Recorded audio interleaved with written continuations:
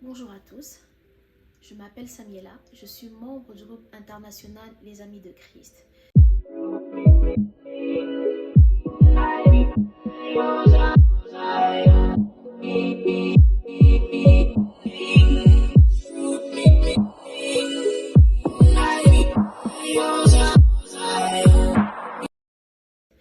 Avec Rioc, nous avons décidé de lire certains livres de la Bible.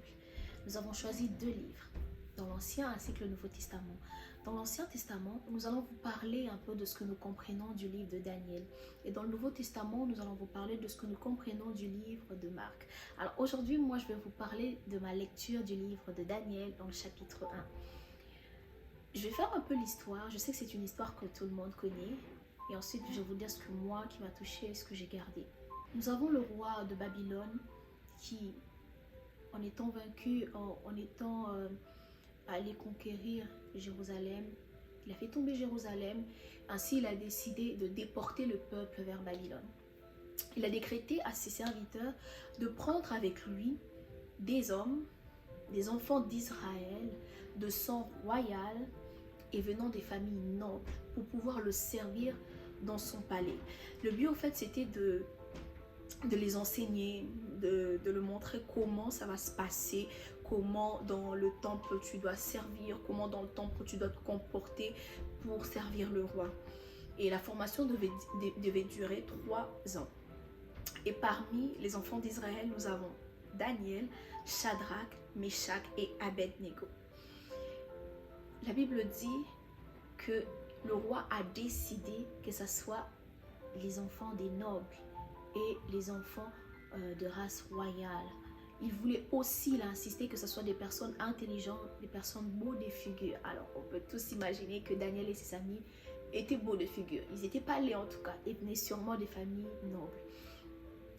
Il décida, il a dit à ses eunuques, les eunuques ce sont les serviteurs du roi, il demanda à ses serviteurs d'attribuer une portion. Il y avait une portion de nourriture, de viande, de la boisson que lui-même le roi, une portion, une nourriture destinée au roi qu'il allait donner à ces enfants-là pour pouvoir les nourrir pendant les 3 ans, pendant leur processus d'apprentissage, comment ça allait se passer.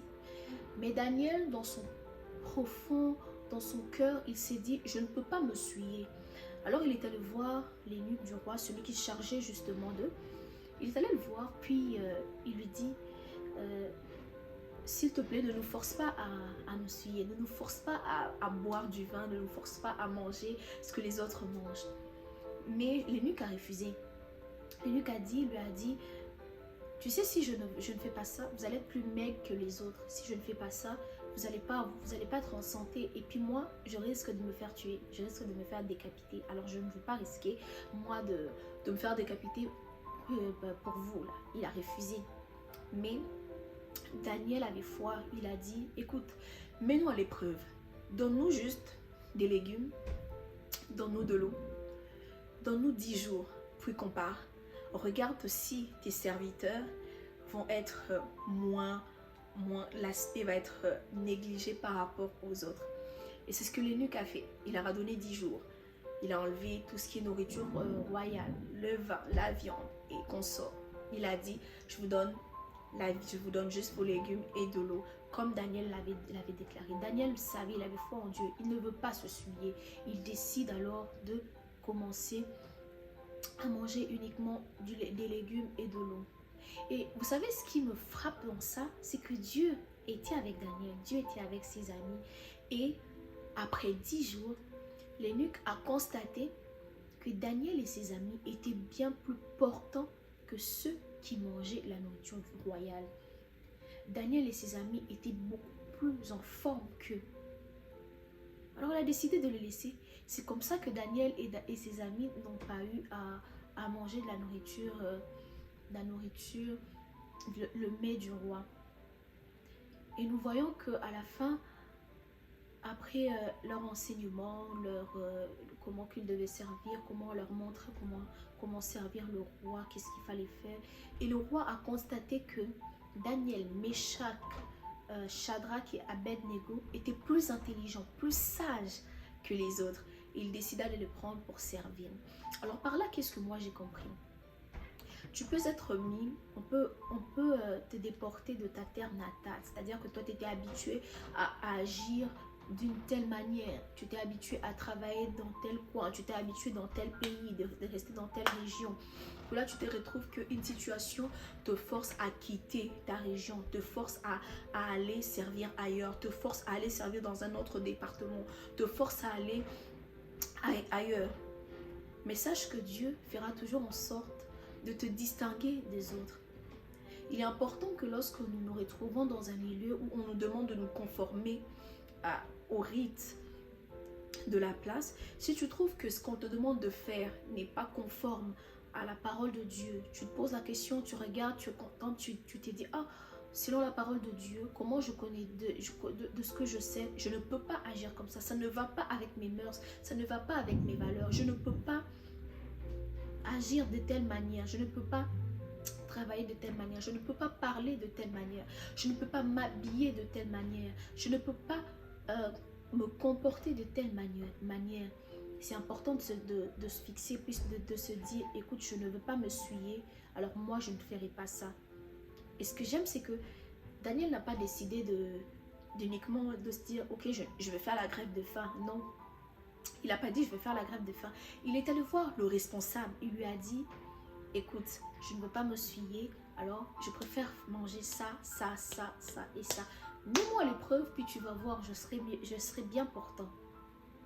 Par là, qu'est-ce que je comprends, c'est que, écoute, faut que tu t'affirmes. Faut que ton identité se fasse voir autour de toi. Lorsque tu arrives dans un milieu et que l'on te dit, mais ici, on doit toujours, par exemple, corrompre. Il faut toujours insulter.